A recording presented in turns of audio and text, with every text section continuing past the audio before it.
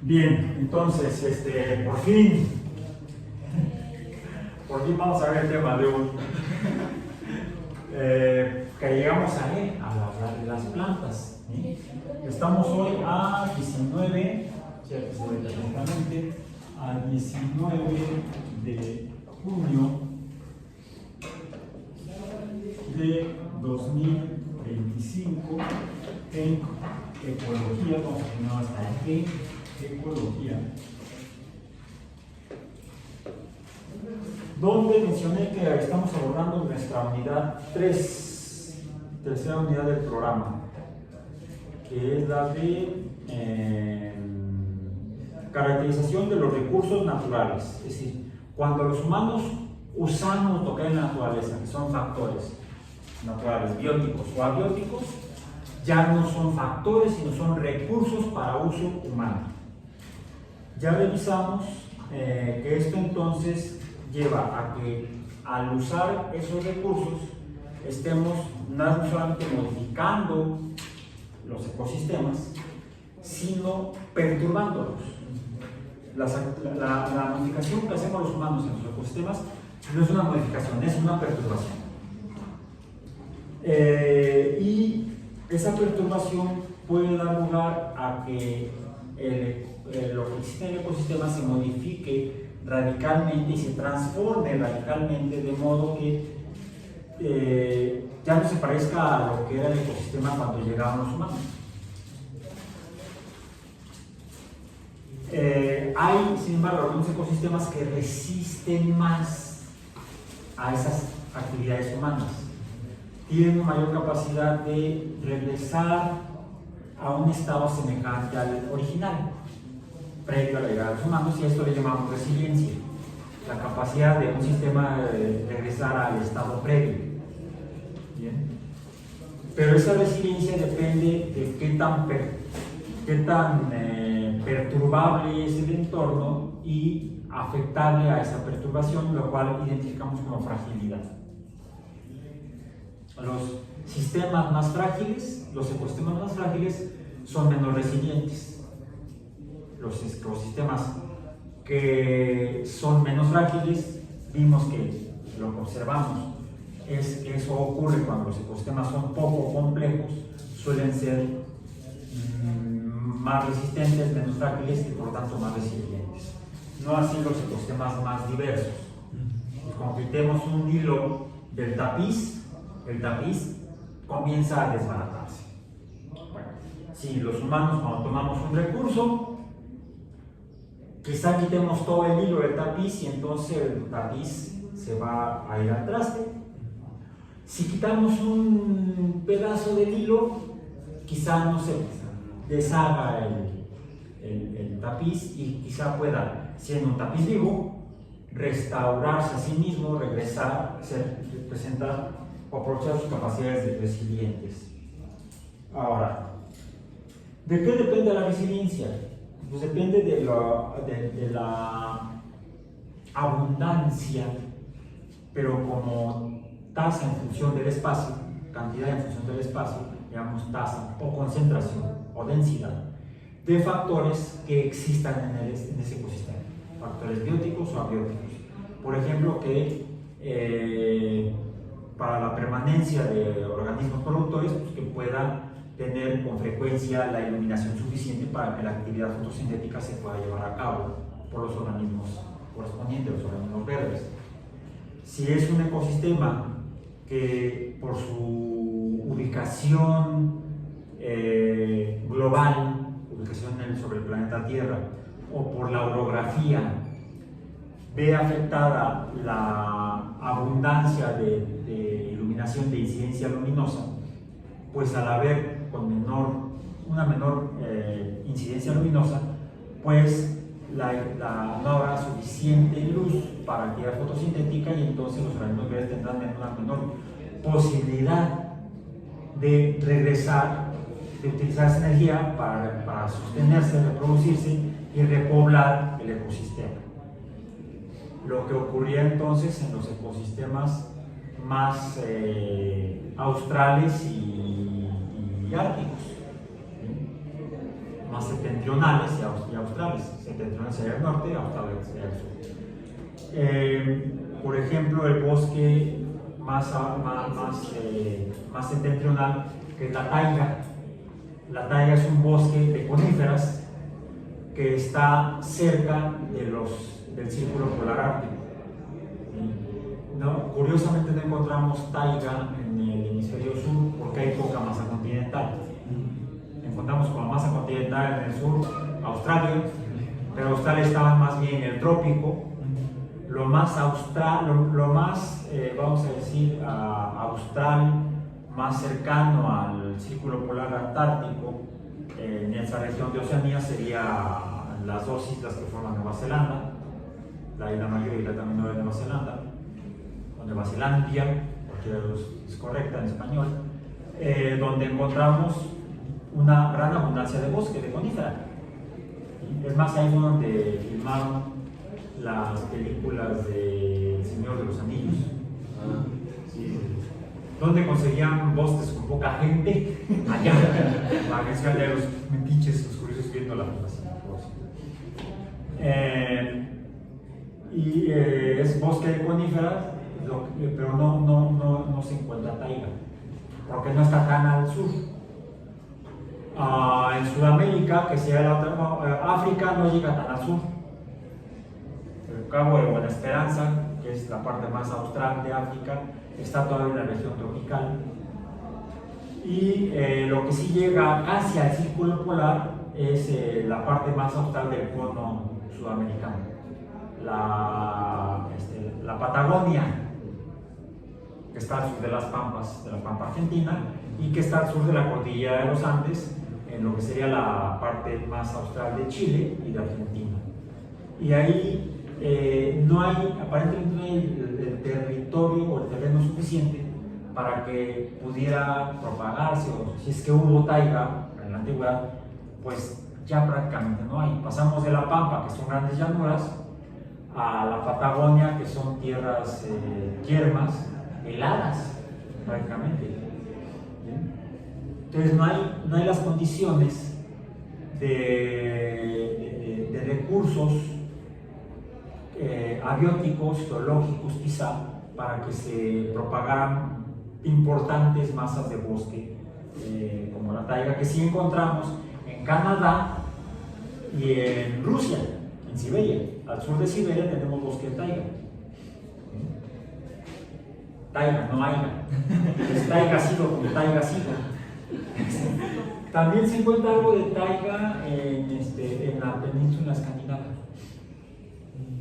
donde están Noruega y Suecia, pero ahí también tenemos un fenómeno similar desde la de Sudamérica.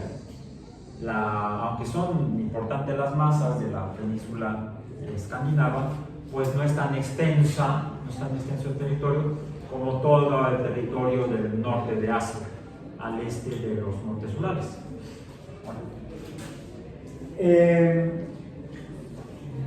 Entonces, la vegetación, el tipo de vegetación depende de la latitud. En las zonas intertropicales, y de hecho en las zonas tropicales, tenemos grandes llanuras. Y también en las zonas llanas, en la zona intertropical, a ambos lados del Ecuador. Y en esas zonas llanas, donde también podemos encontrar grandes cordilleras como el Himalaya, como el eje volcánico en América, como los montes Atlas en el norte de África. Fuera de esas zonas montañosas encontramos grandes llanos, grandes tierras llanas, donde lo que crecen muy abundantemente son pastos. Pastos que pueden ser plantas herbáceas, que pueden ser dicotiledóneas, como el frijol, o monocotiledóneas. Bueno, el frijol, el garbanzo, las habas son dicotiledóneas. ¿Cuándo sería el pasto? ¿No? Sí, los cotiledones se llaman cotiledones porque tienen cotiledones, que son reservas de almidón, que es lo que hace el cuerpo del frijolito, el haba, que cuando germinan se separan y le proporcionan nutrientes al embrión y a la plántula cuando está empezando a crecer, antes de que tenga suficiente superficie de follaje para llevar a cabo la fotosíntesis.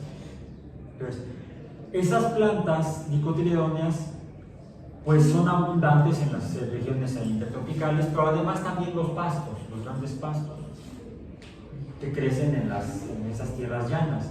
Monocotiledóneas, tienen un solo cotiledón, un solo órgano donde se acumula el almidón como nutriente para el embrión. Bueno, eso es lo que tenían a disposición los homínidos, los humanos, hace 3,5 millones de años para alimentarse de lo que recolectaban. Y también hace unos 30,000 años, cuando descubrimos, o bueno, ellos y ellas, descubrieron o inventaron la agricultura. Entonces, ¿qué fue lo primero que cultivaron? Pastos y hierbas, frijoles, habas, lentejas, trigo, alfalfa, cebada, granos, ¿sí? de monocotiledóneas. Las monocotiledóneas crecen, las semillas se dan la flor da lugar a una cosa larga y como una espina muy larga, que son las espigas. ¿Las han visto?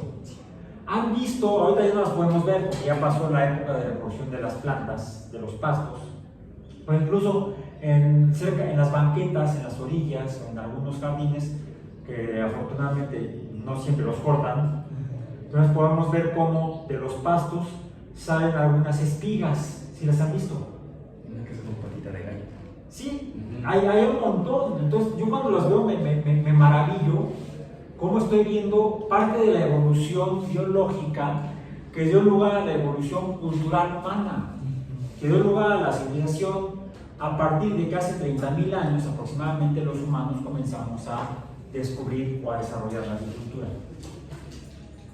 Y eso nos permitió, como decíamos, ya no tener que seguir persiguiendo la chuleta. Bueno, las plantas no hay que perseguirlas, no había que estarlas recolectando. Ya no las recolectábamos solamente, sino que las producíamos. Poníamos las semillas en la tierra, sembrábamos, cuidábamos. Y eso había que hacerlo donde hubiera agua para regarla, porque ¿qué sucede cuando no llueve? Cuando no hay suficiente agua líquida, pues los pastos se secan, las hierbas se secan y entonces no hay, o no llega a la flor, si no llega a la flor no se produce la semilla. Y eso provoca que si la población de productores primarios disminuye, pues los consumidores primarios no tengan nutrientes suficientes y eso impacta la dinámica del ecosistema de manera natural. Temporadas de sequías por causas naturales puede provocar una disminución en la población de organismos y de especies quizá en los ecosistemas y de lugar a modificaciones naturales en los ecosistemas. Bueno, cuando los humanos descubrimos que las plantas surgían de esas cositas que producen en las plantas, que son las semillas, y aprendimos que si las ponemos en tierra, las tapamos, de ahí surge la planta que luego va a dar la semilla y descubrimos la agricultura, pues empezamos a hacerlo intencionalmente. Y pudimos asentarnos en algunos lugares y dejar de tener que viajar buscando el alimento conforme iba cambiando con el paso de las estaciones. Dejamos de ser nómades, no más de 60 o 70, y entonces se dio la primera explosión de crecimiento poblacional o demográfico de la humanidad hace 30,000 años aproximadamente.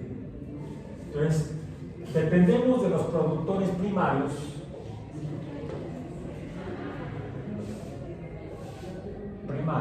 bueno, productores porque son los primarios, productores, que son los organismos verdes,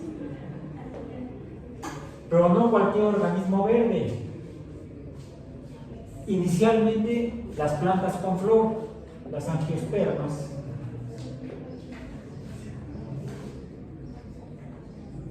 dieron lugar a la agricultura.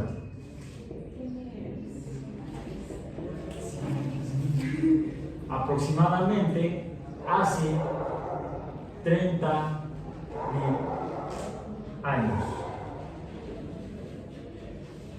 En esa misma época, También, quizá no donde hicimos esto, que fue en la zona intertropical, sino más al norte, donde todavía había humanos que eran más bien cazadores, no había plantas apropiadas para, o quizá no tantas apropiadas para la agricultura.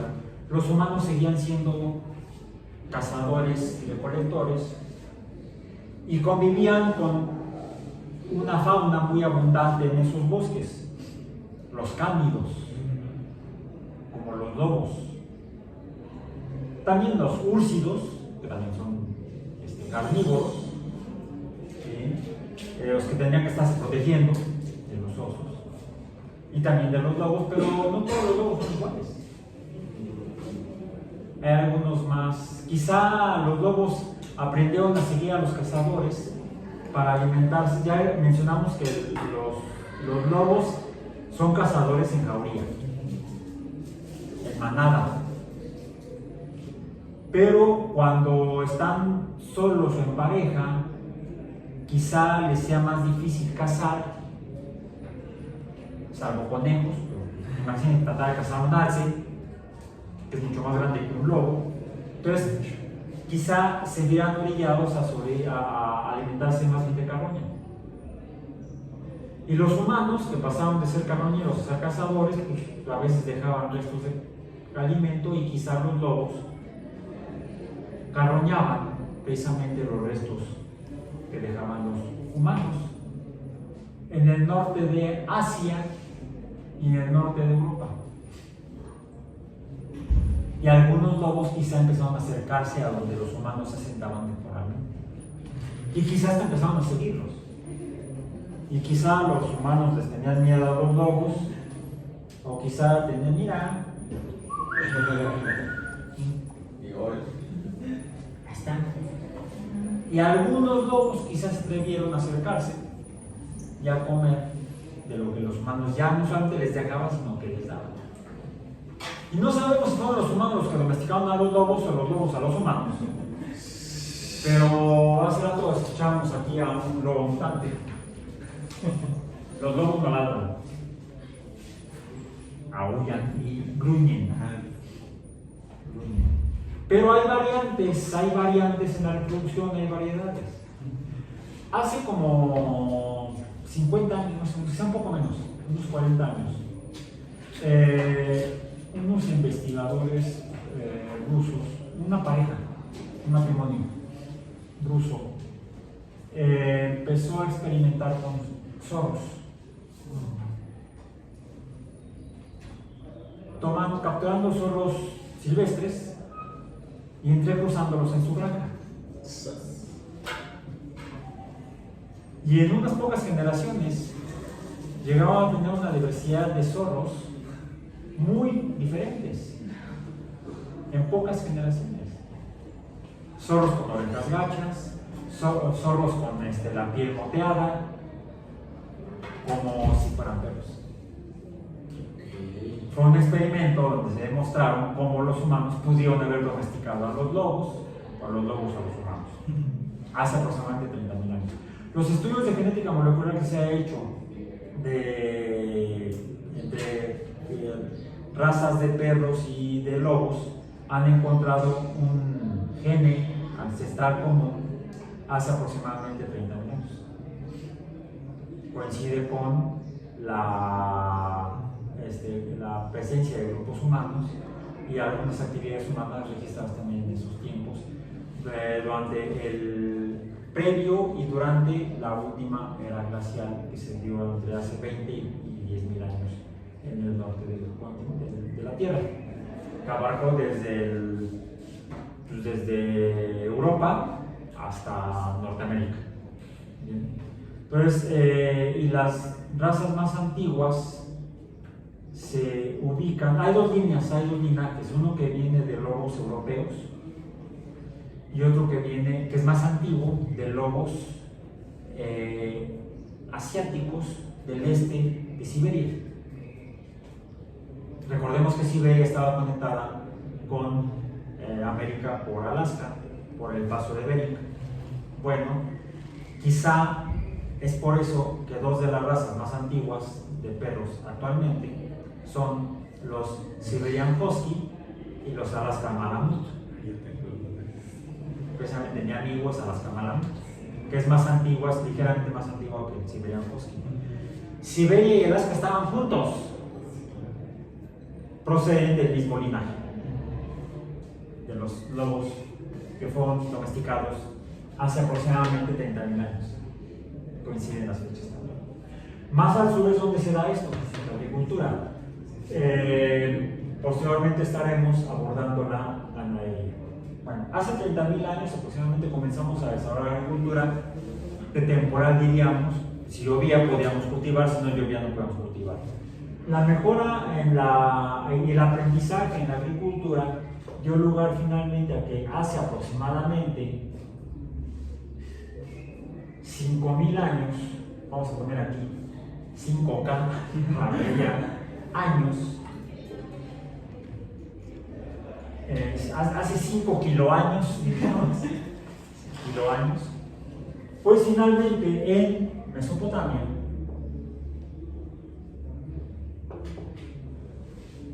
¿qué significa Mesopotamia? Potamos es ríos y meso es el medio.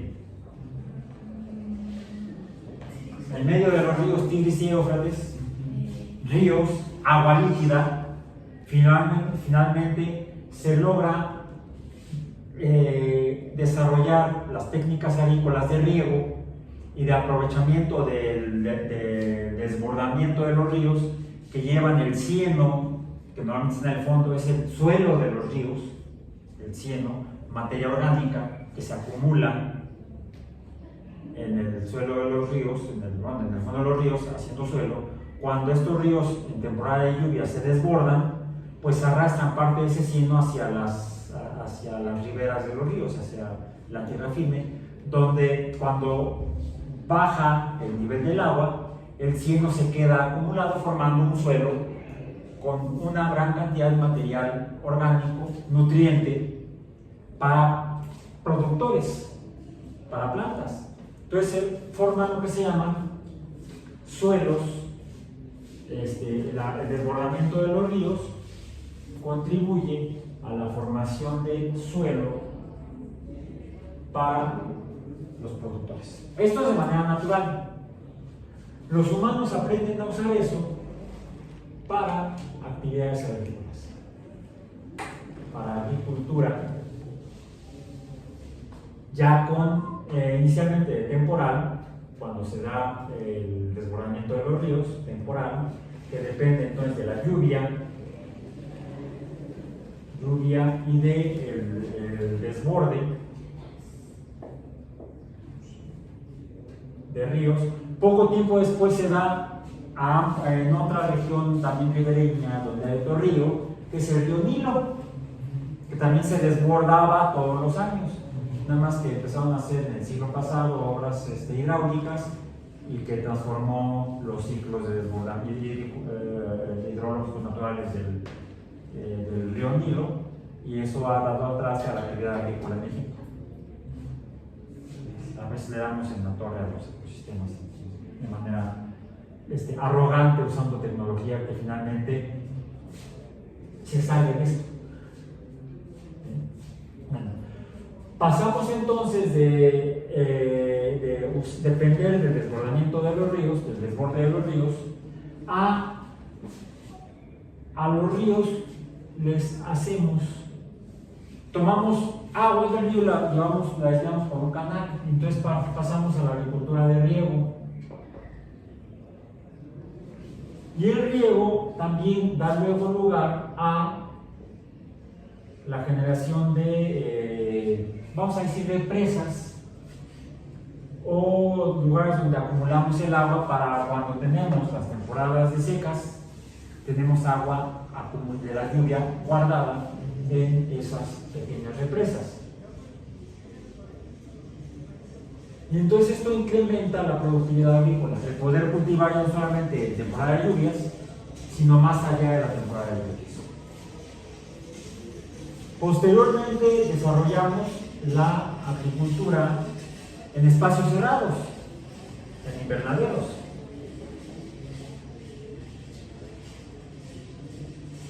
Pero recordemos que todo esto depende de la materia orgánica, MO, vamos a ponerle materia orgánica, que debemos incorporar junto con el riego, las represas y los invernaderos. Hay que fertilizar la tierra para hacer suelos artificiales. Lo que usábamos principalmente era la materia orgánica del cieno de los ríos, pero como en paralelo desarrollamos la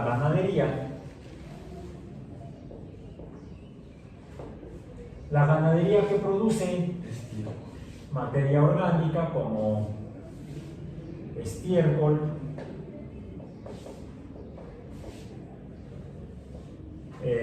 guano,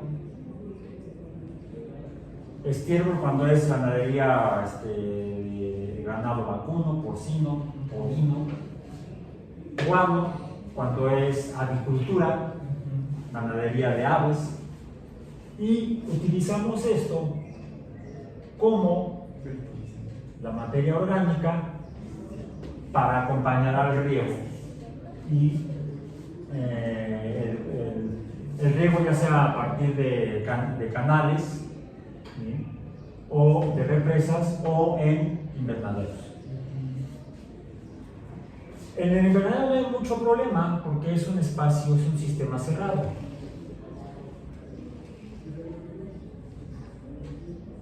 Cerrado, no aislado. ¿Sí? Controlamos lo que es la materia que está dentro. Una vez que tenemos el cultivo, cerramos y lo que necesitamos nada más la luz del sol que pasa a través de la cubierta del invernadero. Es un espacio termodinámicamente, es un sistema termodinámicamente cerrado. O quizás semicerrado porque tenemos que meterle agua, a menos que tengamos guardado en algún sistema dentro del invernadero.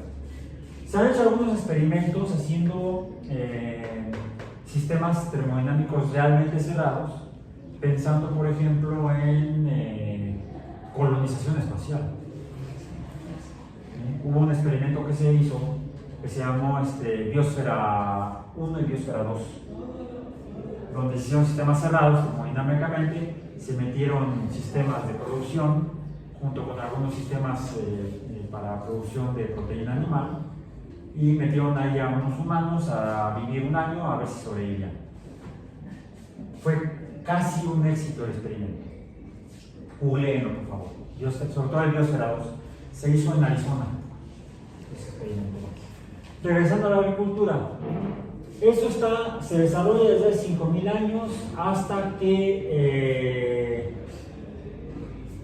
aquí hay un parteaguas que es en la década, aproximadamente en la década de 1920, cuando se producen los primeros, a estos ¿cómo le llamamos?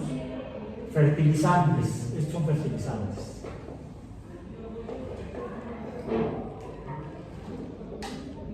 Los fertilizantes son la materia orgánica. Están en el suelo de manera natural o los ponemos nosotros de manera artificial. En la década de los 20 se sintetizan los primeros fertilizantes artificiales, o vamos a poner aquí entre comillas, químicos. El nombre más correcto es artificiales, porque químicos son todos. Nosotros somos químicos. Ah, no, que era biólogo, profesor. Me refiero que estamos hechos de materia. Hoy somos materia y somos entonces química. O sea, dicen, ay, no comas eso porque es pura química. Pues, ¿qué quieres? ¿Que fotosintetice? Y ahora la fotosíntesis necesita química, necesita agua y CO2. Bueno, entonces, no, la gente coloquialmente le llama químico a lo que es artificial, a lo que se sintetiza en el laboratorio y después en grandes reactores, en laboratorios industriales químicos.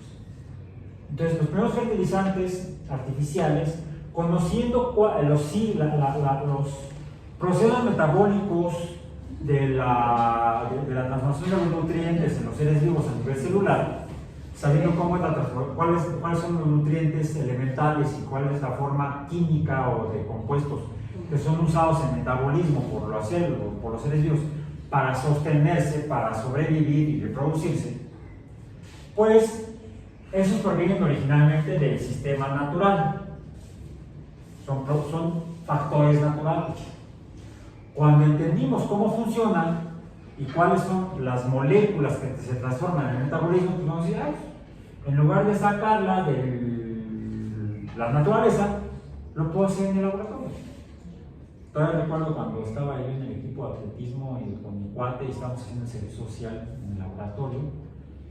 Encontramos en la hemeroteca de aquí de la universidad, en la hemeroteca donde están las revistas o publicaciones periódicas, encontramos una revista sobre ciencia deportiva, ciencia del deporte, y venía ahí la formulación del Gatorade. Ándale, el cual fue inventado en la Universidad Estatal de Florida. Sí, nada más para terminar la historia esta de la Universidad de Florida, inventaron una solución electrolítica para los equipos deportivos de la universidad y luego lo comercializaron y fundaron el Gatorade. Bueno, en esa revista estaba la formulación del Gatorade, que además ya había perdido la patente. Entonces, estábamos en el laboratorio y mi cuate y yo, vamos a ver. Llegamos al laboratorio, tomamos los reactivos y empezamos a preparar nuestro Gatorade de laboratorio. Después nos dijo algunos profesores del laboratorio, ¿qué están haciendo? Estamos haciendo Gatorade. Tenemos una competencia la próxima semana y estamos preparando nuestro Gatorade. Ajá. ¿Con sacarosa grado reactivo? Sí, con sacarosa grado reactivo. No, pues ya se dieron cuenta la concentración de cromo que tiene la sacarosa para la muerte. Se van a empezar a correr así.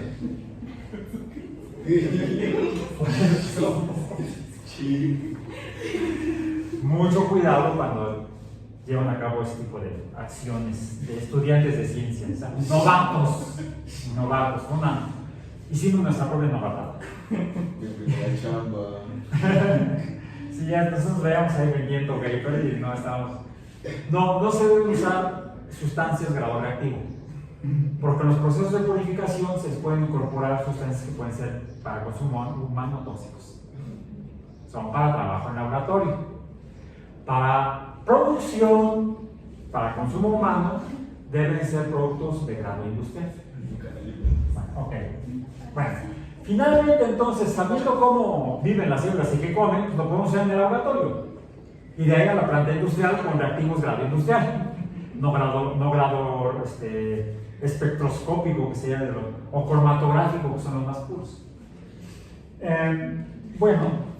Esto dio un empujón a la curva de crecimiento poblacional que vimos la clase pasada, en el otro pizarrón, y ha dado lugar a que, junto con el descubrimiento de la teoría germinal de las enfermedades, las medidas de higiene, las sulfas y los antibióticos, esto incrementó la producción de alimentos. Y entonces la población humana se empezó a reproducir como conejos en el siglo XX.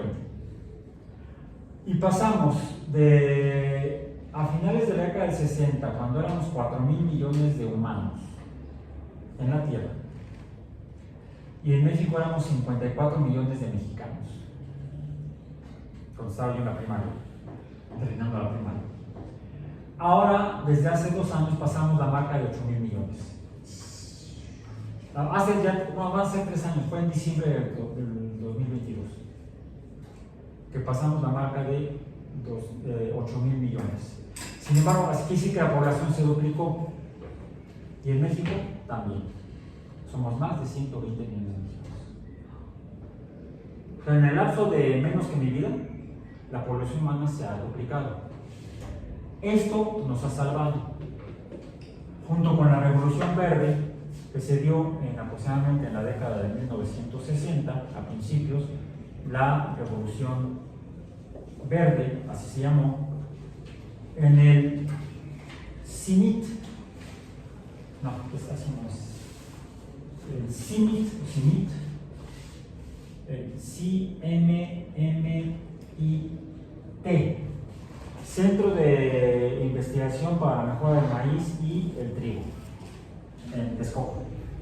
encabezado por el profesor Norman Borlaug, tejano él, todo trabajando en México, que ya con los primeros conocimiento genético se empezaron a mejorar semillas de maíz y trigo para aumentar la producción, en particular de maíz y trigo, como productores para consumo humano y animal.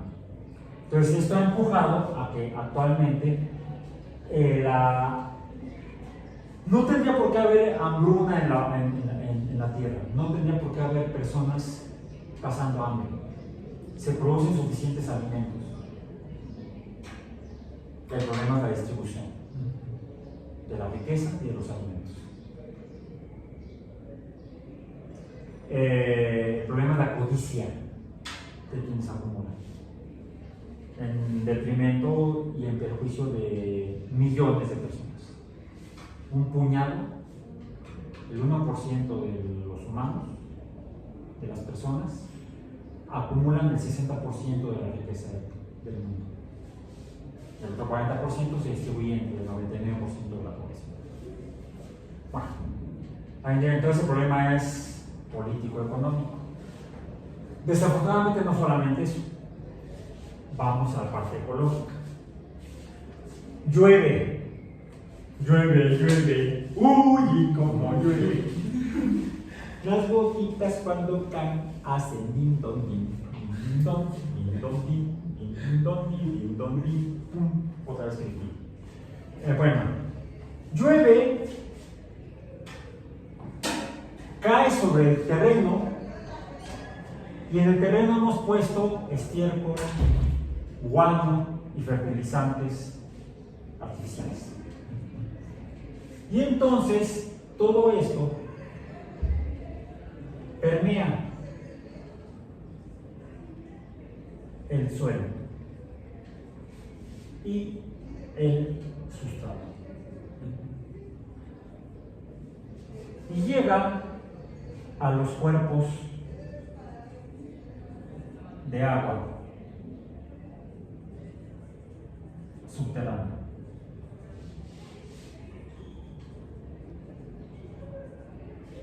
Que a su vez esta alimenta ríos, los cuales desembocan en el océano.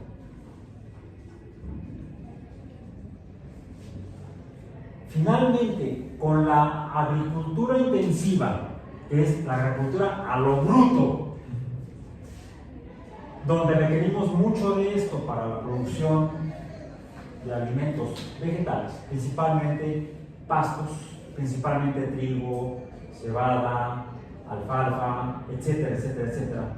Más que maíz, aunque en algunos países sí se usa mucho para el maíz, en los Estados Unidos, por ejemplo, donde está muy magnificada y tecnificada la agricultura, yo diría que exageradamente tecnificada la agricultura, al grado que se usa tecnología genética,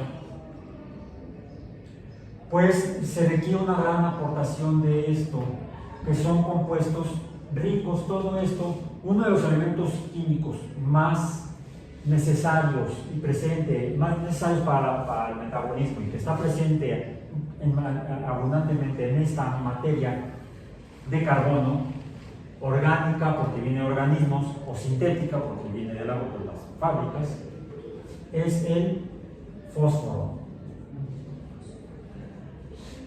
en forma de fosfatos y el nitrógeno, ¿sí? Fósforo y nitrógeno, nitrógeno. Bueno, esto ¿dónde termina? En los océanos, provocando un exceso de nutrientes, lo que da lugar entonces a una perturbación del ecosistema, de los ecosistemas de los biomas marinos, llevando incluso algo que está en el documento PDF que subí al sitio, que deben revisar ustedes, donde en particular es muy notable cómo en la desembocadura del Mississippi, en el norte del Golfo de México, el Golfo de México, hay una zona que se conoce como la zona muerta. Sí es cierto que está la costa de Texas, donde está toda la industria petrolera tejana, la industria petroquímica tejana, que también impacta, pero eso vamos a ver después, pero la mayor aportación a la perturbación de esa región del norte del Golfo de México, que lo tiene prácticamente esterilizado, es la aportación de fósforo y nitrógeno. Lo que también da lugar a esto es el enriquecimiento con este tipo de nutrientes, cuando es en exceso en cuerpos de masa marina, masa oceánica, es al crecimiento por el desbalance de algunos tipos de organismos, típicamente, por ejemplo, algas, microalgas rojas. Y tenemos lo que llamamos las mareas negras, que son poblaciones de microorganismos que consumen, son muchos, consumen el oxígeno del agua y convierten masas de agua en zonas de agua anóxica, no solamente hipóxica, sino con baja concentración de oxígeno disuelto, sino sin oxígeno disuelto. Y eso da lugar a grandes, cuando esas masas de marea roja son arrastradas por las corrientes marinas, pues van consumiendo el oxígeno por donde van desplazándose, o siendo arrastradas, porque no se desplazan propiamente, no nadan, sino que son arrastradas por las corrientes y van dejando regiones donde tenemos masas de agua hipóxica con una gran mortandad de organismos que dependen del oxígeno para su supervivencia, organismos acuáticos marinos que respiran, quimiógenos. Entonces, muchas veces si bien la marea roja es un fenómeno que ocurre de manera natural, se exacerba su frecuencia debido a la actividad humana, principalmente a la actividad agrícola. Sí, es cierto, la agricultura, su descubrimiento y desarrollo fue fundamental para la supervivencia del Homo sapiens y para su proliferación en la tierra, pero se ha convertido en algo equivalente a la espada de Damocles. Es una espada de doble filo. Tenemos que aprender a usar la agricultura de una manera diferente. De ahí que en los últimos años se haya estado promoviendo lo que se llama pasar de sistemas agrícolas intensivos, masivos, prácticamente industriales, a prácticas de lo que se llama agroecología. Denle una revisada, por favor, hagan una investigación documental de lo que son los sistemas que se usan basados en agroecología. Y nos estaremos viendo el próximo mes. Por hoy terminamos.